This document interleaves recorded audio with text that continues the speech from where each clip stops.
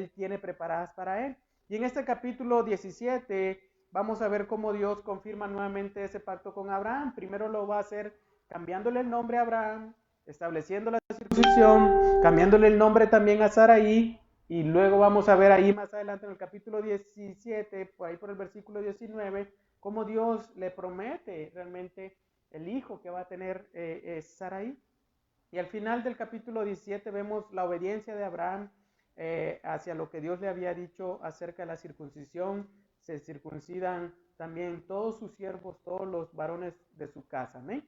Entonces hoy vamos a ver los primeros 8 versículos de este capítulo en donde Dios le cambia el nombre a Abraham como parte de la afirmación del pacto. Entonces vean lo que dice el versículo 1 al 8. Dice: cuando Abraham tenía 99 años y el Señor se le apareció y le dijo: yo soy el Dios Todopoderoso, anda delante de mí y sé que y sé perfecto. Yo estableceré mi pacto contigo y te multiplicaré en gran manera.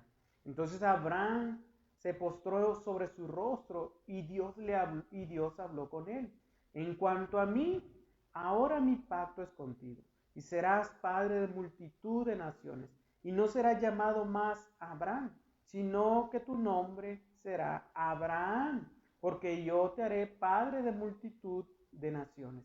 Te haré fecundo en gran manera, y de ti haré naciones, y de ti saldrán reyes. Estableceré mi pacto contigo y con tu descendencia después de ti, por todas sus generaciones, pacto eterno de ser Dios tuyo y de toda tu descendencia después de ti. Y te daré a ti y a tu descendencia después de ti la tierra de tus peregrinaciones, toda la tierra de Canaán, como posesión perpetua, y yo seré su Dios. Amén.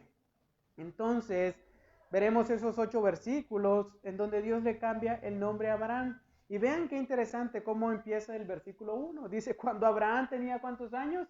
99 años, el Señor se le apareció. Ese capítulo inicia, si ustedes pueden observar, mostrándonos el momento cuando Dios le aparece, y es cuando Abraham tenía 99 años. ¿Se recuerdan en el capítulo 16 cuántos años tenía Abraham cuando nació Ismael? Nos dice que tenía 86 años. Quiere decir que han pasado ¿cuántos años? 13 años desde que Ismael nació. Y quizás durante ese tiempo no vemos aquí en este salto que hace del versículo 16, del capítulo 16 al versículo 1 al 17, no vemos, no se nos dice que Dios le habló. Probablemente no hubo más contacto de Dios con Abraham durante ese tiempo, no lo sabemos, pero aquí no nos lo dice. Quizás este fue un correctivo, ¿no?, de Dios a aquella precipitada decisión que tomaron ambos, tanto Abraham como Sarai.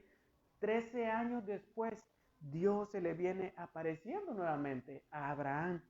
No sé si a ustedes les ha pasado que de repente alguien les dice una promesa de ir a comer a tal lado y no fue la primera vez, ¿no? Lo quedamos esperando o esperamos nuevamente y no llegó. Y luego lo volvimos a ver: no, sí vamos a ir tal semana, y nuevamente no apareció. Y así se fue alargando el tiempo. Vean, Abraham esperó ¿cuántos años? 13 años.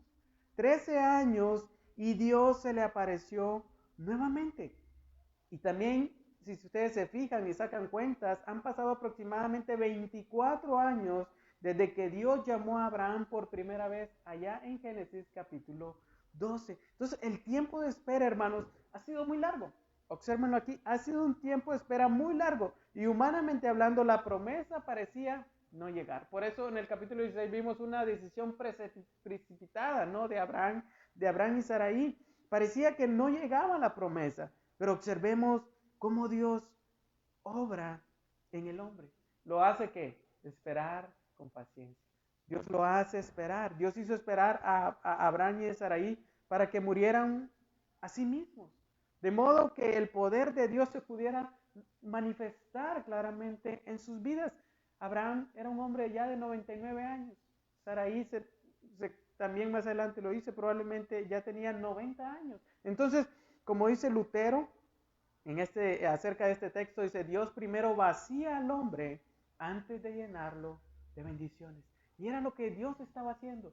vaciándolo de esa propia autosuficiencia, de esa propia esfuerzo humano por tratar de ayudarle a Dios en cuanto a las cosas que Él tenía para ellos. Entonces vemos como Dios no ha olvidado su promesa. Después de 13 años, Dios nuevamente se le aparece a Abraham para afirmar el pacto y para darle anuncios respecto a ese pacto. Este pacto con Abraham no es otro que el pacto de gracia, hermanos, que sigue vigente todavía con todos los creyentes en Cristo Jesús. Vamos a poder ver cómo este pacto que Dios establece con Abraham es el mismo pacto que Dios ha establecido con los creyentes por medio de Jesucristo, por gracia.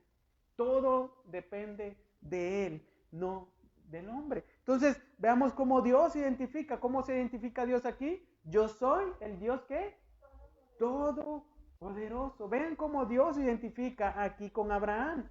No lo había hecho nunca antes de esta manera.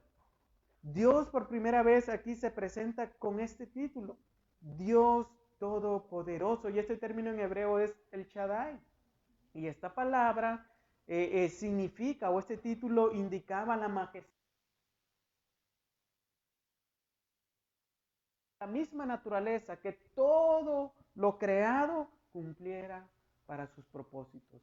Él era el todopoderoso, el que tenía todo sobre su mano, el que tiene, perdón, todo sobre su mano. En el libro de Job dice, Job capítulo 11, versículo 7 dice, ¿podrás tú descubrir las profundidades de Dios? ¿Podrás descubrir los límites del Todopoderoso?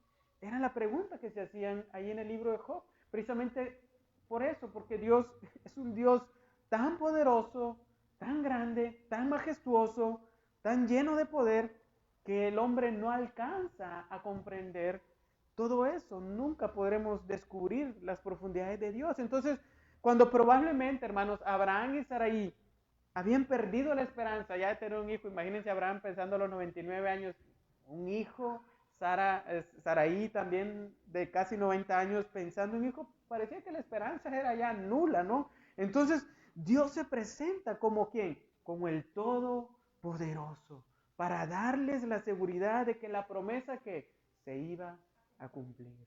Es que interesante, ¿no? Aquí se nos muestra cómo Dios también es para nosotros eso mismo. Dios es un Dios todopoderoso, es un Dios todo suficiente, que con Él nada es necesario y sin Él nada es suficiente. En Él lo tenemos todo. Él es el Dios todopoderoso, hermanos, que tiene todo sobre su mano. Entonces, qué interesante, ¿no? Cómo Dios se presenta en ese momento a Abraham. Después de 13 años, después de que la promesa parece que pues, ya no va a regresar el Señor a confirmar su pacto, Él aparece y se presenta como el Dios todopoderoso.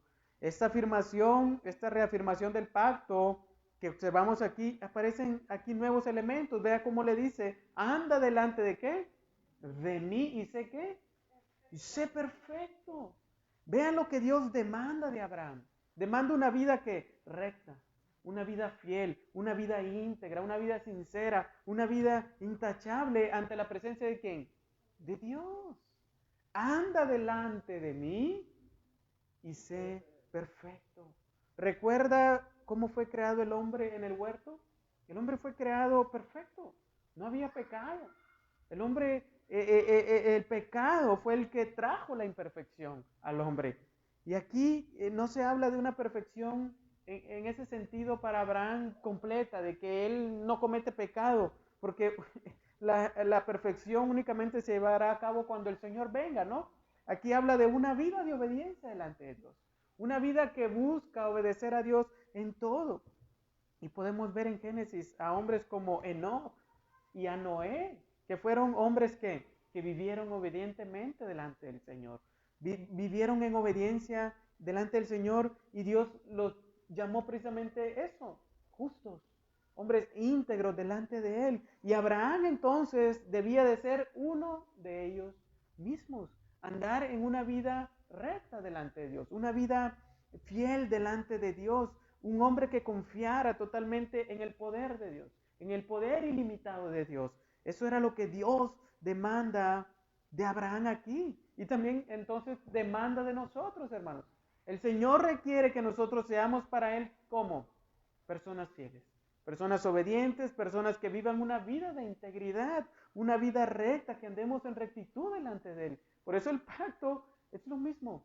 Es un Dios todopoderoso para nosotros, pero también hay una demanda en ese pacto hacia los creyentes, que sean ¿qué? Obedientes y fieles, que vivan una vida recta, que todo lo que hagamos, hermanos, lo hagamos con integridad, que todo lo que hagamos lo hagamos en obediencia al Señor. Por eso Dios se presenta aquí como el Dios todopoderoso para que le obedezca por lo que Dios es, porque Él es el todopoderoso. Entonces nuestra vida también, hermanos, debemos de vivir en obediencia a Dios, no por nosotros, sino por lo que Él es, el Dios todopoderoso. Si conocemos quién es Dios, entonces vamos a poder caminar rectamente delante de Él. Si no lo conocemos, pues ¿cómo vamos a caminar rectamente delante de Él? Entonces el deseo de Dios para todo creyente es que viva una vida de rectitud delante de Él. ¿Se recuerda cómo decía el salmista, Salmo 24:3? ¿Quién subirá al monte del Señor? ¿Y quién podrá estar en su santo lugar? El limpio de manos y puro de corazón, el que no ha alzado su alma a la falsedad ni ha jurado con engaño. Ese recibirá bendición del Señor y justicia del Dios de su salvación. Es precisamente eso, hermanos. Vivir una vida de integridad delante de Dios, lo que Él demanda de nosotros. No por nuestros propios méritos y esfuerzos ahora, sino por los méritos de ¿quién? De Cristo. Es ahora su justicia, por medio de esa justicia que nosotros podemos vivir una vida recta, y el Espíritu Santo hace esa obra. Lo hemos visto en Gálatas, ¿no? Es necesario el Espíritu Santo en nosotros para que esa obra de santificación se lleve a cabo. Y sigamos leyendo y vean lo que dice el versículo 2, si alguien lo quiere leer para que veamos lo que dice ahí.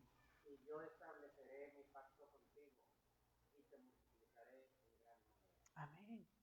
Anteriormente habíamos visto que Dios le había hecho una promesa a Abraham de hacerlo una gran nación. Pero aquí vean cómo le recuerda Dios o le confirma esa promesa.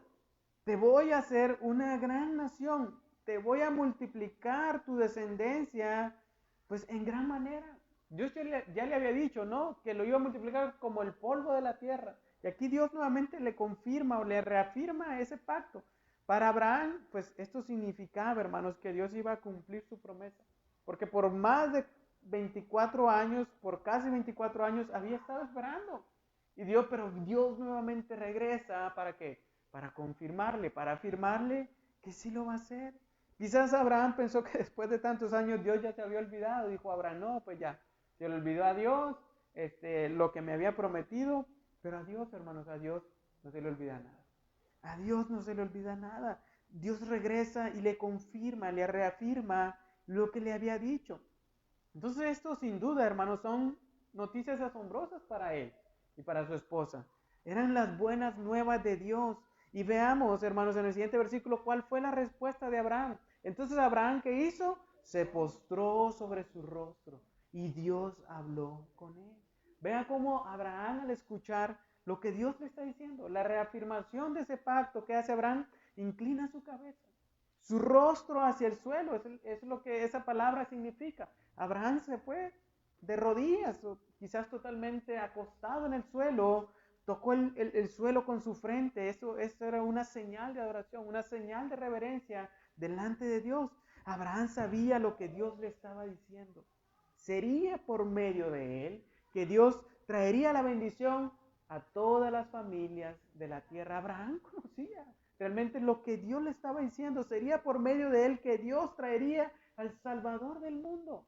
Era por medio de ese descendiente, de esa descendencia que iba a tener, que Dios bendeciría a todas las familias de la tierra. ¿Qué es lo que hace Abraham?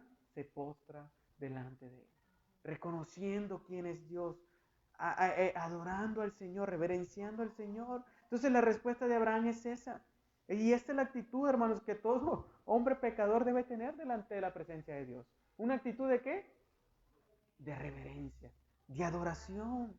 Hoy en día, hermanos, es terrible. Y se ve con mucha más frecuencia en las iglesias que ya no hay esta actitud de las personas ni de los creyentes delante de Dios. Ya nadie quiere humillarse delante de Dios. Ya nadie quiere reverenciar a Dios. Ya nadie quiere adorar a Dios como el Dios Todopoderoso. Hoy en las iglesias vemos esa terrible realidad, la actitud en el corazón, un corazón muchas veces endurecido de los creyentes. Ya no hay un temor santo delante de Él. Y la pregunta es, ¿cuándo dejamos de contemplar la grandeza de Dios? ¿Cuándo dejamos de ver lo insignificante que somos y cuándo dejamos de admirar ese gran poder que Él tiene para nosotros poder adorarle y humillarnos delante de Él? ¿Cuándo fue? ¿Por qué? Porque vemos aquí a Abraham. Al estar delante de la presencia de Dios, Él se humilla. Y eso es lo que vemos a lo largo del Antiguo Testamento, ¿no? Que cuando Dios se aparece con los hombres se humillan delante de Él. ¿Qué le dijo Dios a Moisés? Quítate las sandalias porque el lugar donde estás es santo. Es un lugar santo. Entonces, hermanos, no perdamos ese temor delante de Dios.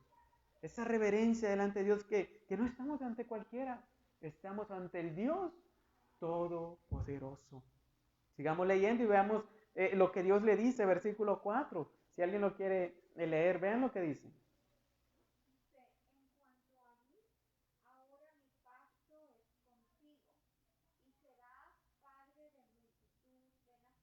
Amén. Vea cómo le dice Dios, o le continúa diciendo, Abraham, esto que yo establezco, este es mi ¿qué? Mi pacto. Y ponga atención ahí, y a mí también me llamó la atención porque es precisamente este es un pacto de gracia, en el cual Dios, perdón, lo hace por su iniciativa, no por la iniciativa de Abraham. No es un pacto que Abraham está haciendo con Dios, no, es ¿qué? Mi pacto, el que yo estableceré contigo. Hoy en día en las iglesias, ¿qué se dice? Pacta con Dios. ¿Cuándo el hombre puede pactar con Dios? ¿Cuándo el hombre puede hacer un pacto con Dios? No puede. El hombre no puede pactar con Dios. Es Dios quien pacta con el hombre. Por eso es un pacto de gracia donde Él de su iniciativa viene hacia el hombre y lo busca. ¿Qué le dice? ¿Y serás padre de qué? De multitud de naciones. Al principio Dios le dijo que le haría una gran nación. Ahora vea cómo está extendiendo Dios esa promesa, está ampliando esa promesa y le dice que va a ser padre de muchas ¿qué? Naciones. Es decir, de Abraham nacerán muchas naciones. Y se recuerda como lo hemos visto anteriormente, que tanto judíos como árabes descienden de ¿quién? De Abraham, descienden de Abraham. Y hoy podemos ver cómo esas naciones son muy grandes. En Medio Oriente, la mayoría de esas personas son descendientes de ¿quién? De Abraham. Son millones y millones de personas, hermanos. Esta reafirmación de Dios que Dios hace con Abraham, de hacerlo padre de naciones, vea, sirve para la siguiente declaración que Dios hace en el siguiente versículo 5. Y no será llamado más que Abraham, sino que tu nombre será Abraham, porque yo te haré padre de multitud de naciones. Ahí Dios da la respuesta de por qué el cambio del nombre. Entonces observemos cómo Dios, para asegurarle a Abraham que va a hacerlo padre de naciones, ¿qué hace? ¿Le cambia qué? El nombre. Dios le cambia el nombre. Y este es otro elemento nuevo que aparece en el pacto. Dios le cambia el nombre a Abraham. Y Abraham, el nombre Abraham significa padre enaltecido. Pero ahora Dios le llama Abraham, que significa, ahí mismo lo dice, padre de multitud de naciones. Entonces este cambio de nombre le empieza a mostrar a Abraham que Dios realmente va a cumplir su promesa. Dios lo empieza a llamar de una manera diferente. Dios ya no lo ve como un padre enaltecido. Dios lo ve ahora como un padre de ¿qué? De multitud de naciones. Dios, entonces, por medio de este cambio, le está afirmando a Abraham su nueva realidad. Una nueva realidad que aunque Abraham no la ve en ese momento, viene como parte de ¿qué? De la promesa a futuro. En los países del Medio Oriente, un cambio de nombre significa la llegada de una nueva circunstancia para la persona. Y era lo que Dios estaba haciendo con Abraham aquí.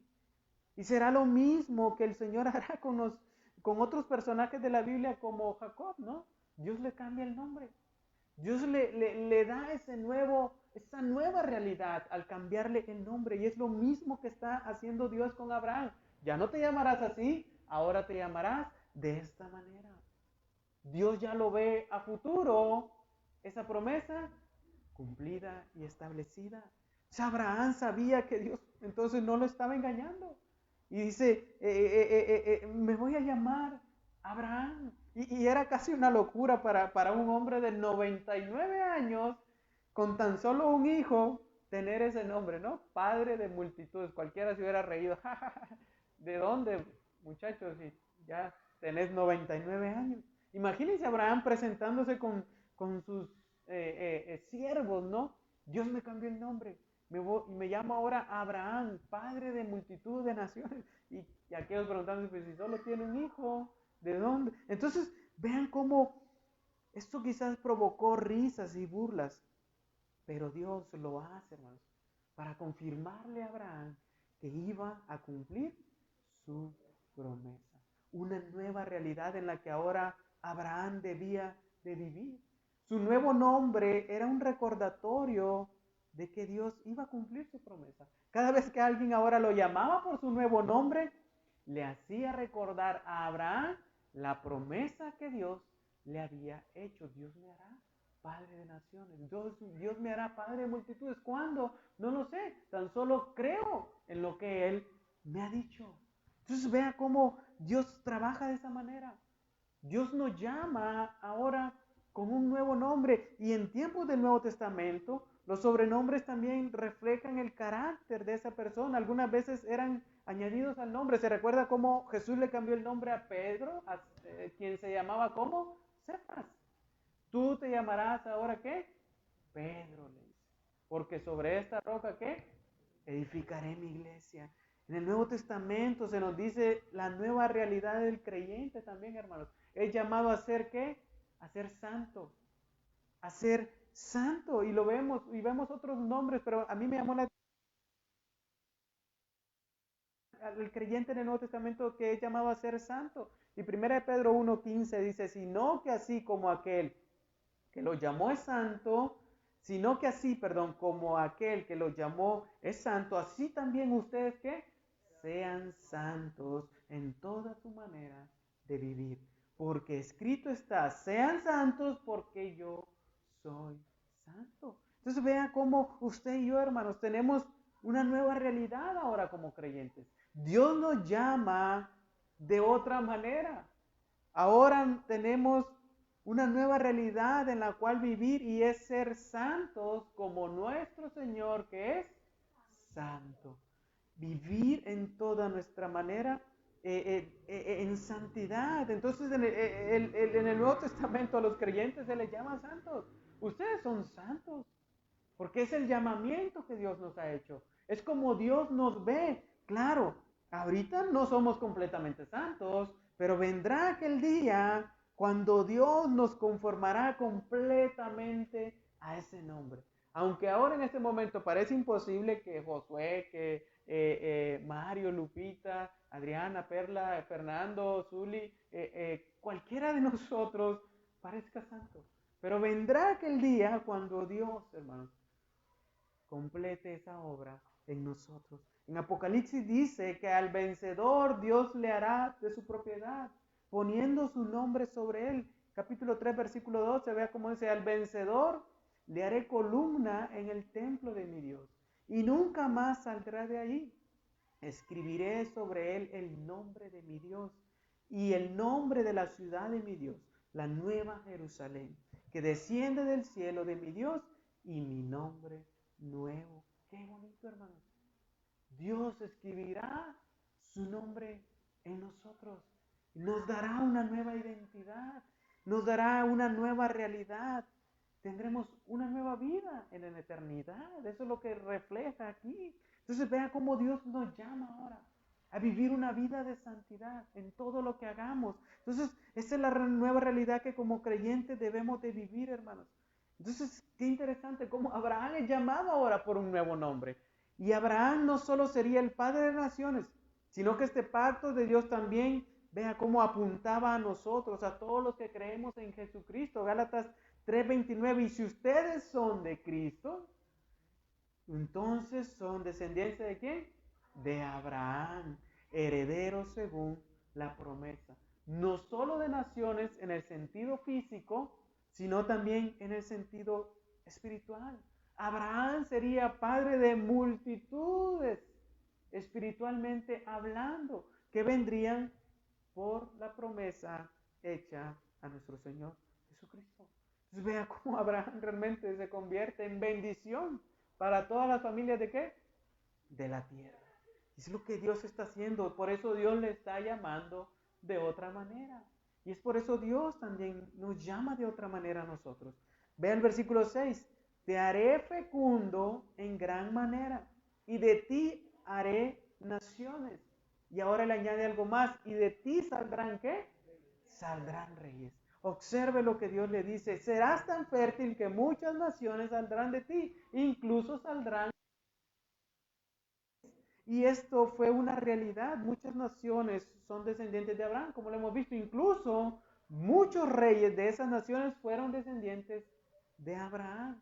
Y uno de los mejores reyes que encontramos en la Biblia es pues, el rey David, ¿no? El rey David era un descendiente de Abraham. Ustedes pueden ver Mateo capítulo 1 y ven ahí esa genealogía. Muchos reyes descendieron de Abraham. Muchos reyes vinieron de Abraham. Pero vemos también en el capítulo 1 cómo esa línea desde Abraham llega hasta ¿quién? Hasta el Señor Jesucristo. Jesús el Cordero, el que es el Señor de señores y ¿qué? Y Rey de reyes. El Rey eterno. De ti saldrán ¿qué? Reyes. No solamente en el sentido físico, sino en el sentido ¿qué? Espiritual. El Rey de reyes vino como descendiente de Abraham. Y él ahora, la palabra nos llama a nosotros que somos un reino de ¿qué? De reyes y sacerdotes. Ahora, hermanos, nosotros también somos incluidos en esta misma promesa. De ti saldrán de reyes y también los herederos de aquel reino. Entonces observe que la promesa, aunque tardó mucho, trajo una bendición muy grande. Dios estaba probando la paciencia de Abraham. Dios estaba probando su fe. Sigamos leyendo hacia el final. Vean lo que dice versículo 7. Si alguien lo quiere leer, lo puede hacer. Y estableceré mi pacto contigo y con tu descendencia, después de ti, por todas sus generaciones, por pacto eterno, de ser Dios tuyo y de toda tu descendencia después de ti. Amén. Observe lo que Dios le dice a Abraham. Voy a establecer mi pacto. Voy a cumplir mi pacto contigo. Y tu descendencia también. Pero este pacto se extenderá ¿a quiénes? A todas tus generaciones. Es un pacto ¿qué? Eterno. Es un pacto sin final. Es un pacto que no tiene fin, es lo que Dios le está diciendo. Es un pacto perpetuo, dicen otras versiones. Qué interesante, ¿no? Este pacto que Dios establece, este pacto que Dios hace con Abraham, será con todas sus generaciones y no tendrá ¿qué? Y no tendrá fin. Vea qué interesante cómo este pacto, nuevamente lo repito, no procede de Abraham, es de parte de Dios. Por eso es un pacto de gracia. Es de Dios hacia Abraham. Es Dios quien le está haciendo estas cláusulas, ¿no? Dios es quien está estableciendo estas cláusulas. Tan solo le dijo, anda, delante de mí, sé perfecto. Hasta ahorita es lo único que vemos, ¿no? Como demanda en este pacto hacia Abraham. Todo lo demás es Dios estableciendo estas cláusulas en el pacto. Entonces, qué consuelo, hermanos, saber que Dios ha establecido este pacto, esta promesa de ser nuestro Dios de manera perpetua, de ser nuestro Dios hasta la eternidad. Por eso dice aquí, de ser Dios tuyo y de toda ¿qué? Tu descendencia. Entonces, qué consuelo, hermanos, saber que aquellos que han creído verdaderamente tienen un Dios, no un Dios temporal, no un Dios para un momento, no un Dios para qué? Para la eternidad. Un pacto que es eterno, un pacto que no tiene fin. Es por eso que vemos que esto no puede ser revocado ni alterado de ninguna manera. Por eso dice, ¿quién nos podrá separar de qué? Del amor de Dios. Nada. Angustia, no. Tribulación, no. Hambre, no. Nada nos podrá separar del amor de Dios. ¿Por qué? Porque es un pacto ¿qué?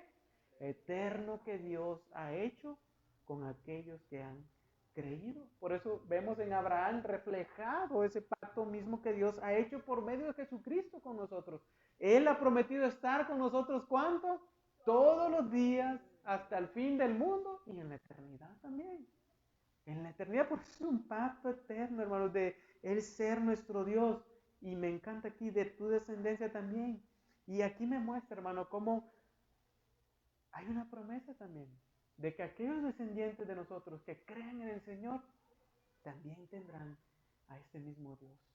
Tendrán también un Dios por la eternidad. Es por eso, hermano, necesario que a nuestros familiares, aquellos que descienden de nosotros, les llevemos el mensaje de salvación. De que hay un Dios que quiere establecer un pacto eterno con ellos.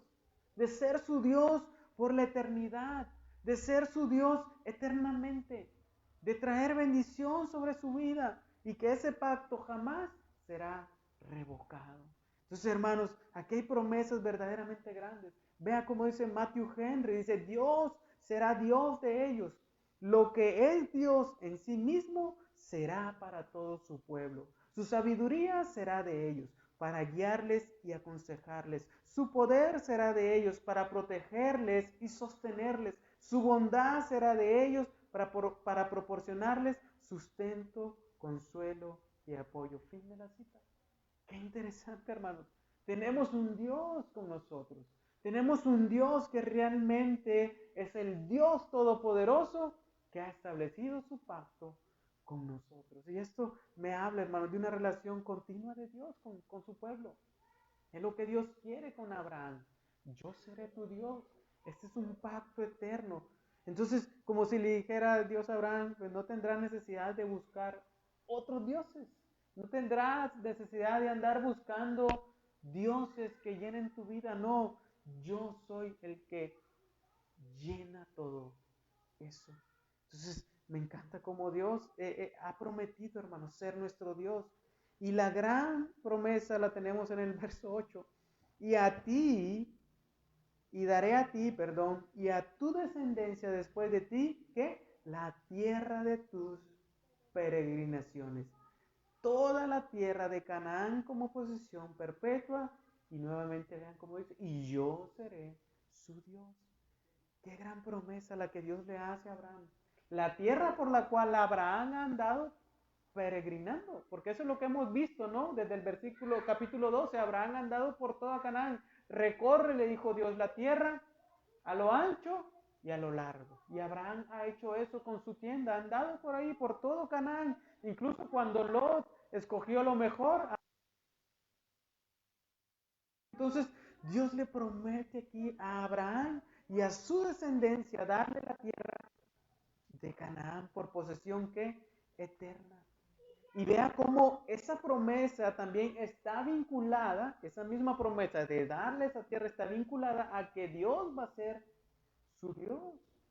Entonces, si en los años venideros los descendientes de Abraham rechazaban esa promesa de que Dios sea su Dios, entonces ellos perderían la posesión de esta tierra. Si ellos permanecían fieles a Dios, entonces ellos tendrían de manera continua la tierra. Y lo vemos más adelante en el Génesis, cómo Dios castiga al pueblo de Israel. ¿Por qué? Porque le abandonó. Porque se rebeló en contra él y que Dios hizo, los tuvo que sacar de ahí.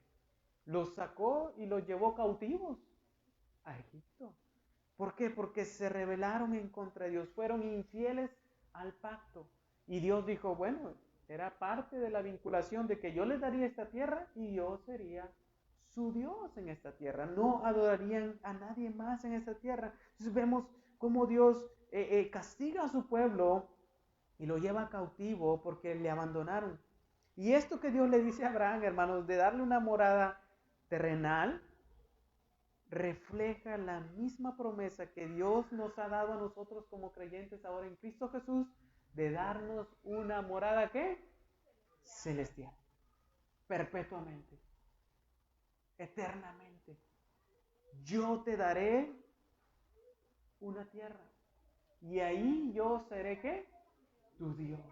Como dice, y acabamos de leer en Hebreos, la nueva, en Apocalipsis, la nueva Jerusalén.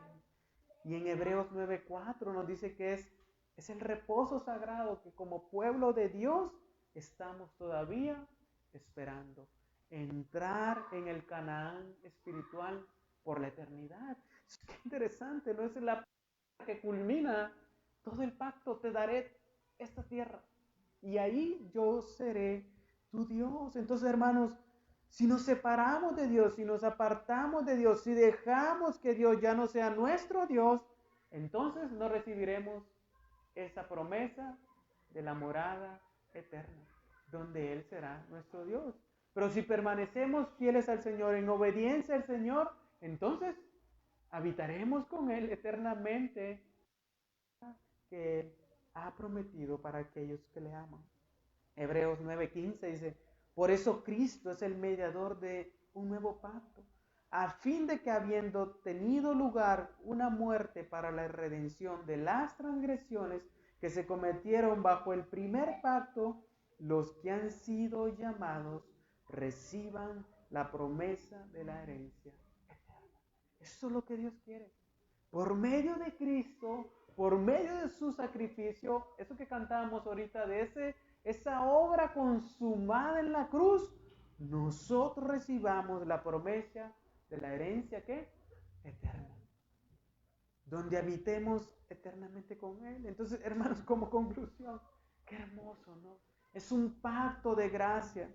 Qué hermoso ver en estos versículos que este mismo pacto que Dios hizo con Abraham es el mismo pacto que Dios hizo por medio de Jesucristo para aquellos que creen por fe. Entonces, Él es el Dios todopoderoso. Él es el Dios todo suficiente. Se presenta a nosotros como eso y que quiere que caminemos de manera que recta delante de Él. Que vivamos una vida fiel delante de Él. Él ha establecido este pacto, no nosotros. Si lo observamos, ¿no? Él lo ha establecido. Todo depende de Él. La única demanda que Dios nos hace es vivir una vida de rectitud delante de Él. Nos ha dado también una nueva realidad en la cual vivir.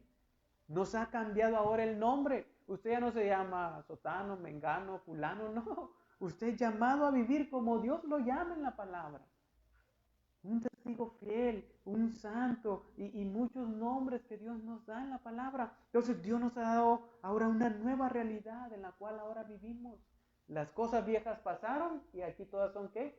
Hechas nuevas. Hechas nuevas en Él. Y también al final vean cómo Él ha prometido ser nuestro Dios eternamente y darnos una morada celestial. Amén. Entonces, aunque todavía somos extranjeros aquí en esta tierra y aunque todavía estamos aquí, todavía, como lo dice 1 Juan, no se ha manifestado lo que hemos de ser. Ahora somos hijos de Dios, dice, y aún no se ha manifestado lo que habremos de ser.